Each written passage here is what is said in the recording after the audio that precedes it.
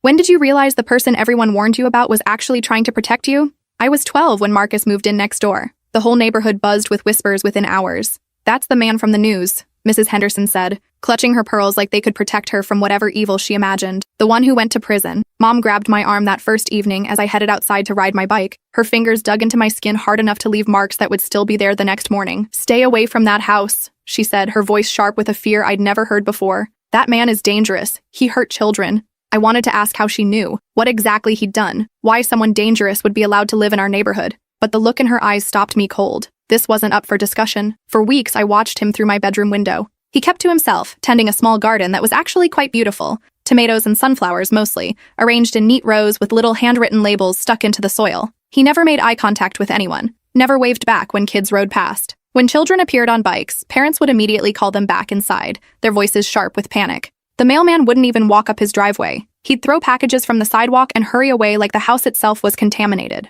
Mrs. Patterson from across the street started a phone tree, calling every parent whenever Marcus left his house. He's headed toward the school, she'd whisper into the receiver. Better keep the kids inside today. The Homeowners Association held an emergency meeting to discuss the situation. I wasn't supposed to know about it, but I heard Mom on the phone with Mrs. Chen, their voices low and worried. We've contacted a lawyer, Mom said. There has to be something we can do, some way to get him out of here. But apparently there wasn't. Marcus had served his time, whatever that time had been for. He had every legal right to live wherever he wanted, even if that somewhere was right next door to families with children. But I noticed things others didn't. Little things that made me question everything the adults were saying, like how he'd leave his porch light on until exactly 4:15 p.m. every weekday, which was precisely when I got home from school, even though he worked nights at the warehouse. I'd see him watching from his kitchen window as I walked up our driveway, and only then would the light click off. How he'd suddenly appear to water his plants whenever the Parker boys followed me down our street, and they'd mysteriously decide to take a different route home. At first, I thought it was coincidence, but it happened too many times to be random. How his curtains would twitch whenever I walked past, like he was keeping watch. Not in a creepy way,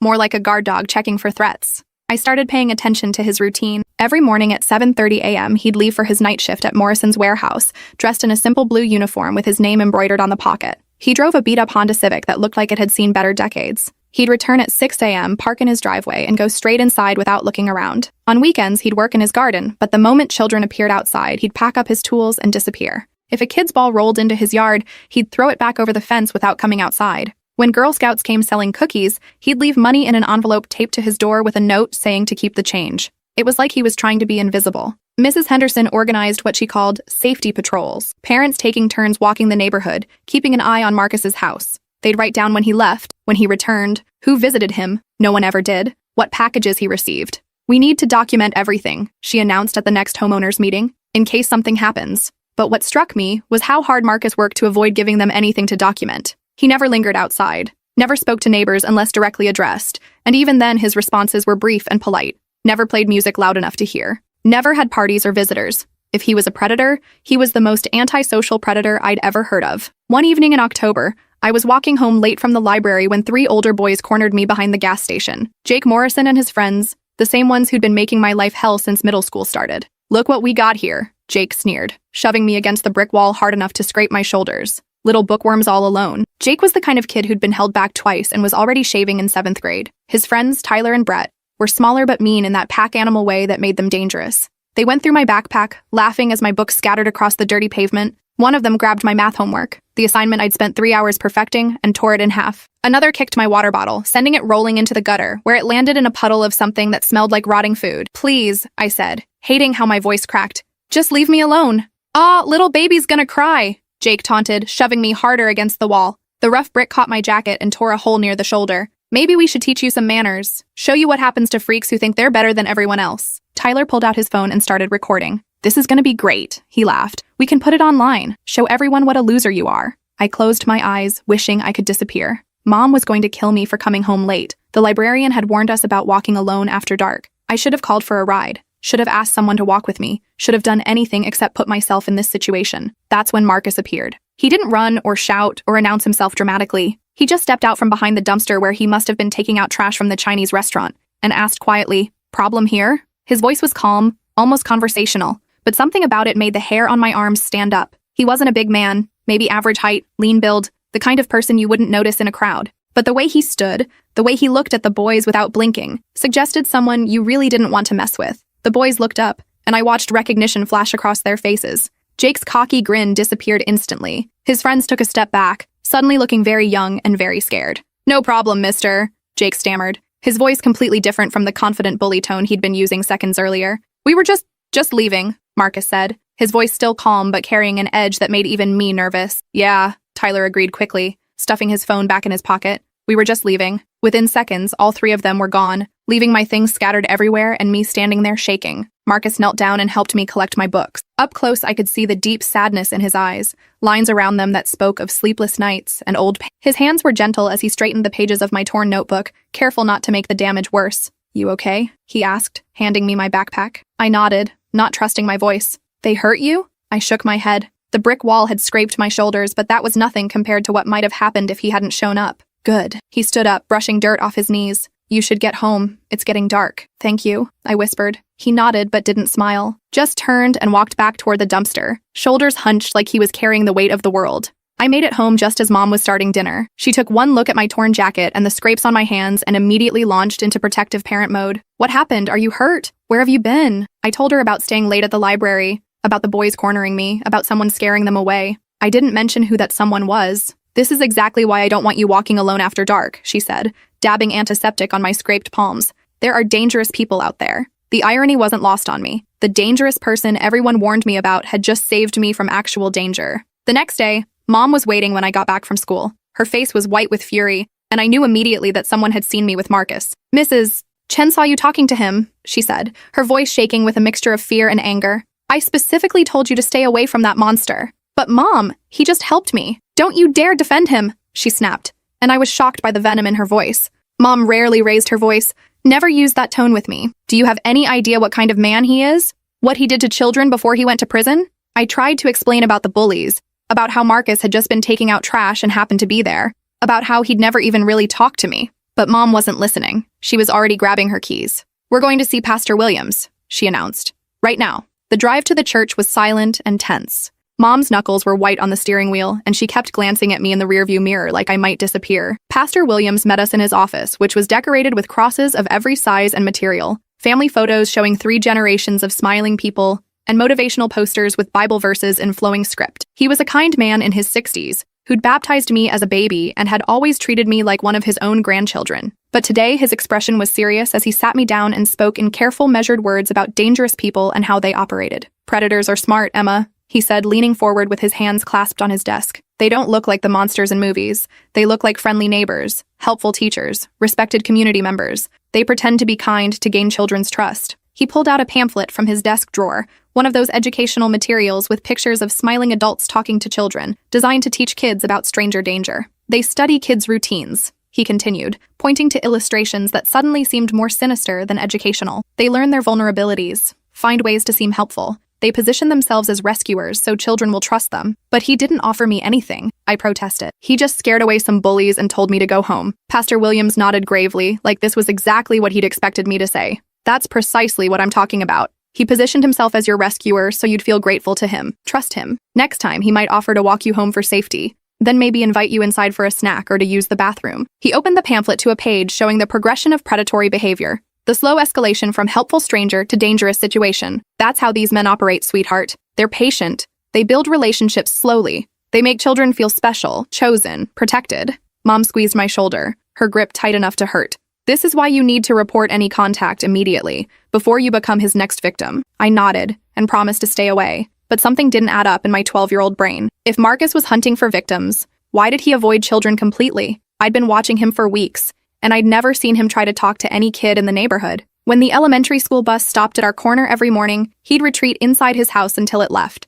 When parents walked by with strollers, he'd turn away or find something to do in his backyard. If children's toys ended up in his yard, he'd throw them back over the fence without coming outside. For someone supposedly targeting kids, he sure went to a lot of trouble to avoid them. Over the next few weeks, I became obsessed with watching Marcus. Not because I wanted to talk to him. Mom had made her position on that crystal clear, but because I was trying to understand the disconnect between what adults were telling me and what I was seeing with my own eyes. I started keeping a notebook, documenting everything I observed. My scientific approach to the situation would have made my science teacher proud if I'd been studying anything other than our neighbor's daily routine. Every morning at 7:30 a.m. sharp, he'd leave for his night shift at Morrison's warehouse, dressed in that same blue uniform with Marcus embroidered on the pocket. The warehouse was on the other side of town, past the industrial district where most kids never went. He'd return at 6 a.m. looking tired, park his beat-up Honda in the driveway, and go straight inside without looking around or lingering. On weekends, he'd work in his garden, and this was where his behavior got really interesting. He'd positioned his small vegetable plot so he had a clear view of the bus stop where elementary kids waited each morning, but also so he could retreat quickly if any of them approached. I watched him plant tomatoes, sunflowers, green beans, and herbs in neat rows with little handwritten labels. His garden was beautiful, clearly the work of someone who cared about growing things properly. But the moment children appeared outside, he'd pack up his tools and disappear inside. It was starting to feel less like stalking behavior and more like protection. One Saturday morning, I decided to test my theory. Instead of staying inside like Mom preferred, I sat on our front porch with a book, clearly visible from Marcus's yard. Sure enough, within minutes of settling into the porch swing, I saw his curtains twitch. But he didn't come outside, didn't try to talk to me, didn't even wave. Instead, he stayed at his window, and I realized he was watching the street. When a white van I didn't recognize drove slowly past our house, Marcus moved to a different window to keep it in sight. When it turned around and came back, he stepped onto his porch. The van kept driving, but Marcus stayed outside for another 10 minutes, watching. When I told Mom about the van, she was immediately concerned. What kind of van? Did you see who was driving? But when I mentioned that Marcus had been watching it too, her expression changed. He was probably the one driving it earlier, she said dismissively. Predators often case neighborhoods, looking for opportunities. That didn't make sense to me. If Marcus was casing our neighborhood, why would he then stand on his porch to scare himself away? I started paying more attention to the details Mom and other adults seemed to miss or dismiss, like how Marcus had installed motion sensor lights around his property, not just for his own protection, but positioned to illuminate the street in front of our house and the Chen's house next door. How he'd started parking his car in his driveway instead of his garage, creating a clearer line of sight to the street. How he'd trimmed the hedge between our properties so it wouldn't block his view of our front door. If I didn't know better, I'd think he was setting up a security system to protect the neighborhood. One afternoon, I decided to test my theory more directly. Instead of walking straight home from school, I took a detour through Riverside Park where older kids sometimes hung out smoking cigarettes and causing trouble. It was risky. Mom had specifically forbidden me from going there alone, but I needed to know if my suspicions were correct. Sure enough, Jake Morrison and his crew were there, sprawled on the picnic tables near the basketball court. They spotted me immediately. Well, Jake called out, flicking his cigarette toward me, if it isn't our little friend. I tried to keep walking, but they surrounded me, blocking the path back to the street.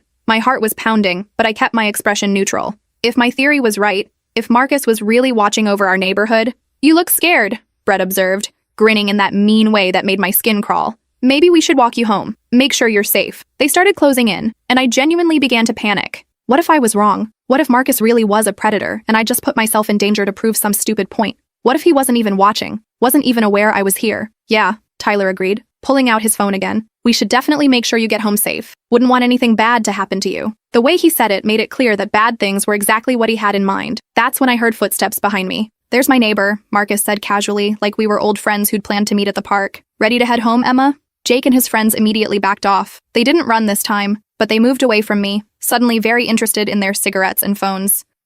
Yeah, I managed, my voice only shaking a little. "Ready." Marcus walked beside me in comfortable silence until we reached the edge of the park. Then he stopped. "That was reckless," he said quietly without looking at me. "You put yourself in danger to see if I'd show up." I stared at him in shock. "How did you—" "I know what it looks like when someone's testing boundaries," he said, finally meeting my eyes. "I've seen it before. Don't do it again. Those boys are more dangerous than you realize." "How did you know I was there?" "I didn't.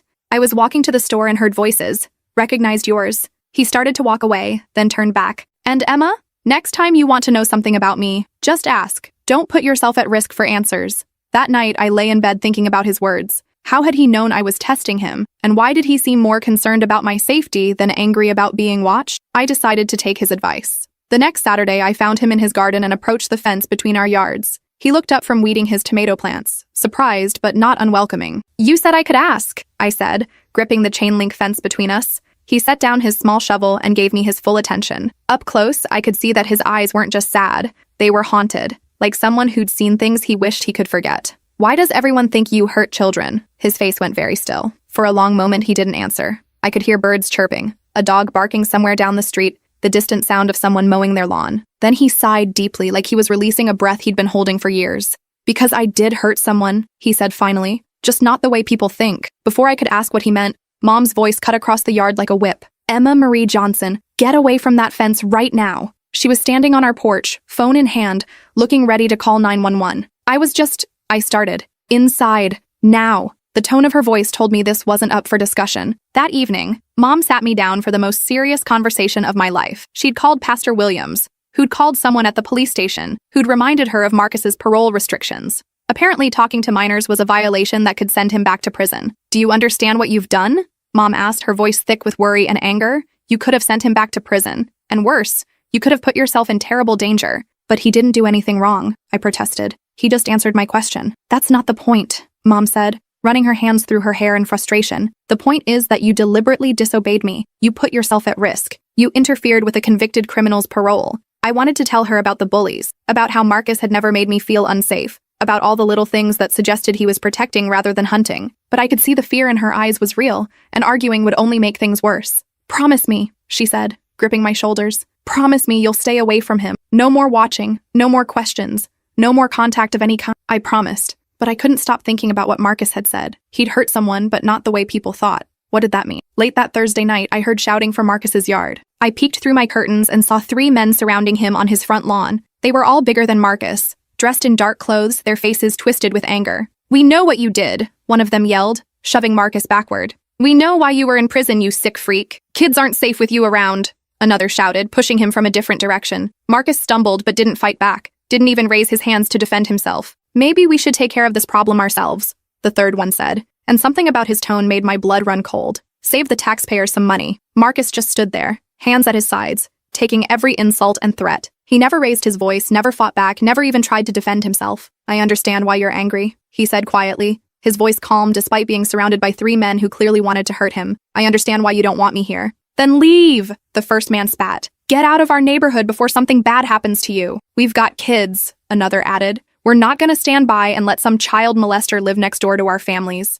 That's when Marcus looked up, directly at my window. Our eyes met for just a second, and I saw something I didn't expect. Not guilt or anger or fear, just exhaustion, the kind of bone-deep tiredness that comes from carrying a burden for too long. "I've never hurt a child," he said, still looking at my window. "I never would." "Yeah, right," one of the men scoffed. "That's what they all say." The men eventually left, but not before making it clear they'd be watching him. I stayed at my window watching Marcus stand alone in his yard for nearly an hour. Finally, he went inside, and I saw his kitchen light stay on until dawn. The next morning, there was a note taped to our mailbox. In careful, neat handwriting, it read, "Check the news archives, March 15th, 2018, the real story." I waited until Mom left for her Saturday errands, then rode my bike to the public library downtown. The reference librarian, Mrs. Martinez, helped me access the newspaper archives on one of the computers. My hands shook as I typed in the date Marcus had specified. March 15th, 2018. There it was, buried on page 3 of the local section with a headline that made my heart stop. "Local man sentenced for assault on registered sex offender."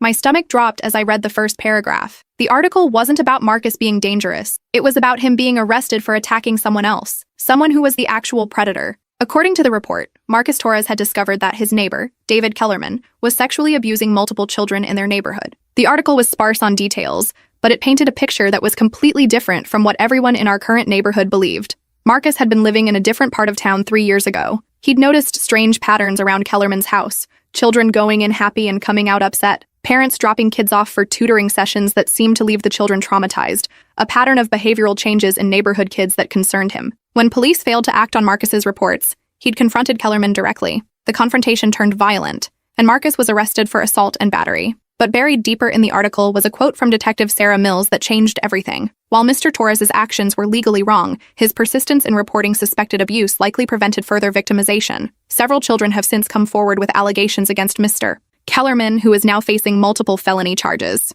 I kept reading, my hands trembling as I scrolled through related articles. David Kellerman had been living in Marcus's old neighborhood for over a decade. He'd been a respected member of the community. He ran a youth group at the local community center, offered free babysitting services to struggling single parents, hosted sleepovers and camping trips for underprivileged children, all while systematically abusing them. The same pattern Marcus had recognized and tried to stop. I found follow-up articles from the weeks and months that followed. 17 children eventually came forward with testimony about abuse that had been happening for years. David Kellerman was sentenced to life in prison without the possibility of parole. And Marcus Torres, the man who'd sacrificed his freedom to stop a monster, was labeled as a violent criminal by everyone who only heard part of the story. I printed every article I could find and stuffed them into my backpack. The more I read, the clearer the picture became. Marcus had been the first person to report David Kellerman to authorities. When his initial reports were dismissed as the complaints of a paranoid neighbor, he'd started documenting evidence. He'd taken photos of children leaving Kellerman's house looking upset, recorded license plates of parents who dropped kids off for tutoring sessions,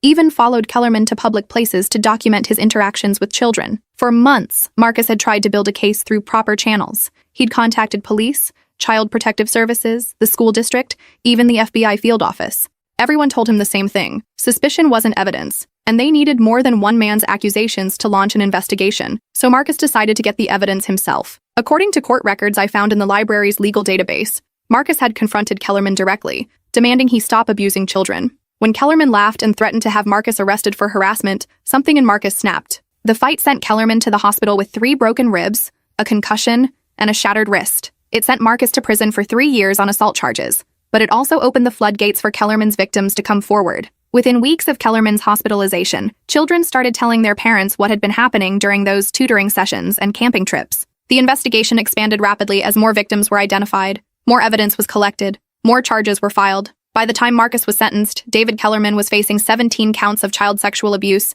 43 counts of child pornography possession, and multiple counts of child endangerment. Marcus had been right about everything, and everyone had punished him for it. I sat in that library chair, staring at the computer screen, feeling sick about everything our neighborhood had gotten wrong. Every adult in our current community had failed to learn the truth about the man living among us. We'd branded him as a dangerous predator, while ignoring the fact that he'd actually sacrificed everything to protect children from a real monster. I gathered my printouts and rode home, my mind racing with questions and guilt. How many other people had gotten the story wrong? How many neighborhoods had Marcus been forced to leave because of false assumptions? How long had he been carrying the burden of being labeled as the very thing he'd fought against? When I got home, Mom was waiting in the kitchen, and I could tell from her expression that she knew I'd been somewhere I wasn't supposed to be. "Where were you?" she demanded, crossing her arms. Instead of making excuses, I spread the articles across our kitchen table and watched her face change as she read. Her hands started trembling by the second paragraph. "Oh my God," she whispered after finishing the first article. "We got it all wrong. We all got it completely wrong." She read every article twice,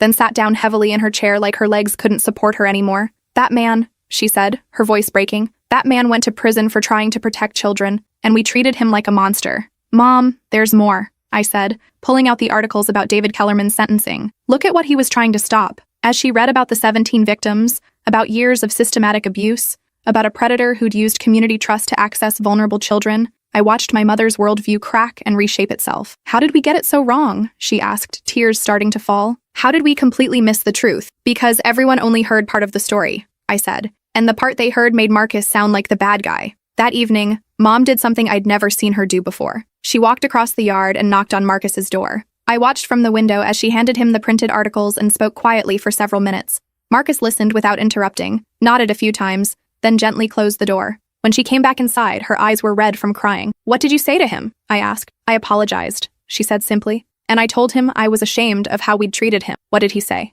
"That he understood why we were scared. That he didn't blame us for wanting to protect our children." The next few days were chaos in our neighborhood. Mom started calling other parents, sharing what we'd learned. Some refused to believe it. Surely the newspapers had gotten it wrong. Surely there was more to the story. But others began to have the same doubts I'd experienced, the same nagging feeling that something hadn't added up. Mrs. Henderson was the hardest to convince. She'd been the most vocal about wanting Marcus removed from the neighborhood, had organized the safety patrols and emergency homeowners meetings. "This is all very convenient," she said when Mom showed her the articles. "How do we know these aren't fake? How do we know he didn't plant them somehow?" But when Pastor Williams confirmed the story by calling his contacts in Marcus's former neighborhood, even Mrs. Henderson had to accept the truth. Within a week, police cars appeared on our street. Not to arrest Marcus, but to investigate the house 2 doors down from ours. David Kellerman's old house, where Dr. Richard Brennan now lived. The same Dr. B. Brennan who'd moved into the neighborhood 2 years earlier, shortly after Marcus's release from prison. The same Dr. Brennan who'd positioned himself as a child safety expert,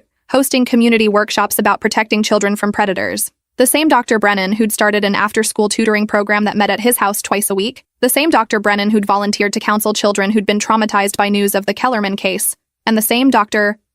Brennan who'd been corresponding with David Kellerman in prison, continuing the work his mentor had started. When police raided Dr. Brennan's house, they found evidence that made even hardened investigators sick. Hundreds of images and videos. Documentation of ongoing abuse involving at least 12 children from our neighborhood, including my friend Jenny, who'd been tutoring there twice a week for the past year. That's when everything clicked into place with horrifying clarity. Marcus hadn't just been avoiding children to protect himself from false accusations. He'd been watching Dr. Brennan. All those times I'd seen him looking toward that house. All those strategic positions in his garden. All those careful routines. He'd been gathering evidence, again, but this time, he'd been smarter about it. This time, he'd learned from his mistakes. Instead of confronting the predator directly, he'd been documenting everything, building an airtight case, waiting for the right moment to present evidence that couldn't be dismissed or ignored. The manila envelope Detective Mills collected from Marcus contained 3 years of careful documentation. Photos taken with a telephoto lens showing children entering and leaving Dr. Brennan's house, license plate numbers of parents who dropped kids off for tutoring, behavioral observations of children before and after their sessions, even recordings of conversations between Dr. Brennan and David Kellerman, made during prison visits that Marcus had somehow documented. He's been working on this case for 3 years, Detective Mills told the gathered crowd of parents and reporters. Mr. Torres provided the key evidence that allowed us to build a prosecution case. The night Dr. Brennan was arrested, I found Marcus standing in his backyard, staring at the police cars surrounding the house 2 doors down. I walked over, ignoring Mom's worried calls from our porch. "You knew," I said. "This whole time, you knew he was hurting kids." Marcus looked at me with those same tired eyes I'd been seeing for months. "I suspected from the day he moved in. Kellerman had mentioned him in letters. I knew he was coming. Why didn't you report him immediately?" "I did. Multiple times. But I'm a convicted felon reporting on a respected psychiatrist. Who do you think they believed?" The weight of his words hit me like a physical blow. He'd been trying to protect us for 3 years and no one had listened because of his criminal record. "So you just watched?" "I watched. I documented. I gathered evidence that couldn't be dismissed. And I tried to keep kids safe without being able to save them." His voice cracked slightly. "Do you have any idea what that's like? Knowing children are being hurt and being powerless to stop it immediately?" Detective Mills approached us, her expression respectful. "Mr. Torres, we're going to need your full statement, and we'll need to go through all your documentation." Marcus nodded and handed her a thick manila envelope. "Everything's organized by date. Photos, behavioral observations, correspondence records, even financial transactions that seemed suspicious." "This is incredible work," Detective Mills said, flipping through the materials. "You basically did our job for us." "I had 3 years of practice," Marcus replied quietly. Over the following weeks, our neighborhood transformed completely. Parents who had crossed the street to avoid Marcus now brought him home-baked goods and tearful apologies. Children who'd been taught to fear him learned he'd been the guardian angel they never knew they had. Mrs. Henderson organized what she called an apology campaign, neighbors taking turns visiting Marcus to express their regret for how they'd treated him. She was the first in line. "I ruined your life," she sobbed on his front porch. "I organized the whole neighborhood against you. I made everyone afraid. You were protecting your grandchildren," Marcus told her gently. "I can't fault you for that." But Marcus never showed anger or bitterness, even when people offered elaborate apologies and explanations. When neighbors tried to organize a fundraiser to help him, he declined. When they offered public recognition, he refused. When the local news wanted to do a story about the man who'd solved the case, he said no interviews. "I didn't do this for recognition," he told the reporter who kept calling. "I did it because children deserve to be safe." The community tried everything to make amends. The Homeowners Association voted to give him a special recognition award. The city council wanted to present him with a key to the city. Parents offered to pay for home improvements, car repairs, anything he needed. Marcus politely refused everything. "I don't need recognition," he told Mom when she asked what the neighborhood could do to make up for their treatment. "I just need to know kids are safe." 3 months after Dr. Brennan's arrest, Marcus put his house up for sale. Not because of continued harassment, that had stopped completely. Not because people still feared him, they'd moved to the opposite extreme of treating him like a hero. But because he'd finally found something he'd been searching for since his release from prison 3 years earlier: peace. He'd spent years carrying the burden of being labeled as the very thing he'd fought against. He'd endured harassment, isolation,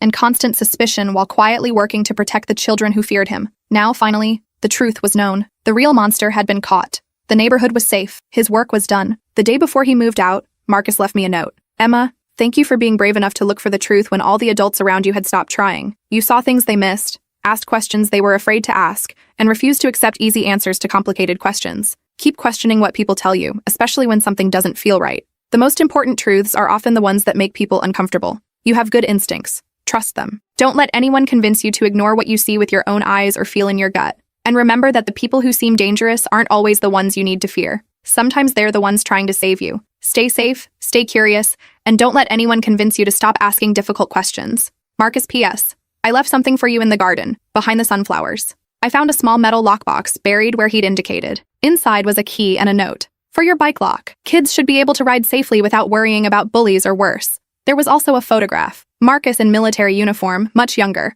standing with a group of soldiers in front of what looked like a Middle Eastern building. On the back, he'd written, "Afghanistan, 2009. Military police. Sometimes protecting people means making sacrifices others don't understand." I learned later that Marcus had been a military police officer overseas, specializing in investigating abuse cases involving contractors and local officials. He'd been decorated twice for his work protecting civilians, including children in war zones. He'd basically been doing the same job his entire adult life, protecting vulnerable people from predators. The house where Dr. Brennan had lived was torn down within 6 months, the property deemed too contaminated by what had happened there. In its place, the city built a small park with a playground and a community garden. There's a bench near the swings with a small plaque that reads, "In memory of courage, for those who speak up when no one wants to listen." I sit on that bench sometimes and think about Marcus, about how he'd spent 3 years in prison and another 3 years in neighborhood exile, all for trying to protect children. About how many kids might have been saved if we'd listened to him from the beginning instead of believing assumptions and gossip. About how he'd continued protecting us even when everyone thought he was the danger.